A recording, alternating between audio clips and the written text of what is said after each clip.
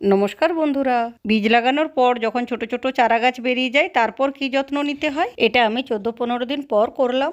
1-2 দিন ছাড়া জল দিতে থাকছিলাম। তারপর কি হয়, মাটিটা একটু শক্ত হয়ে যায়। ওই জন্য মাটিটা একটু শক্ত দণ্ড দিয়ে আলগা করে দিতে হয়, যাতে এই ছোট ছোট গাছগুলো সুন্দরভাবে গ্রোথ নেয় আর এর সাথে একটু ফাঁকাও হয়ে যায়। এই যে বেগুন গাছগুলো, ফুলকপি গাছগুলো, সব গাছেরই গোড়াতে একটু একটু করে মাটিগুলো খুঁড়ে আলগা করে দিলাম, যাতে শিকড় ভালোভাবে গ্রোথ নেয়, মাটিতে এয়ার সার্কুলেশন বেশ ভালো হবে। এরকম ভাবে একদিন রেখে দেবো, তার পরের দিন জল দিয়ে ভিজিয়ে দেবো। আর এই দেখুন টমেটো গাছগুলো কত বড় হয়ে গেছে। গাছগুলোকে লাঠির সাহায্যে একটু সাপোর্ট দিয়ে দিলাম। এই শীতের টমেটো গাছে সাপোর্ট দিতে হয় না ঠিকই, তবে আমি দিয়ে দিই, তাহলে কি হবে, নিচের স্পেস একটু বেশি পাওয়া যাবে, গাছগুলো উপর দিকে উঠে থাকবে। আর এই দেখুন পালং গাছগুলোকেও একটু মাটি খুঁড়ে আলগা করে দিলাম, যাতে সুন্দরভাবে গ্রোথ নেয়। মূলো গাছও চারপাশের মাটি আলগা করে গোড়ায় মাটি দিতে হয়, তবে মেথি গাছে কিছু করতে হয় না, এমনিতেই দারুণ হয়ে যায়। আচ্ছা, বাই, হ্যাপি গার্ডেনিং।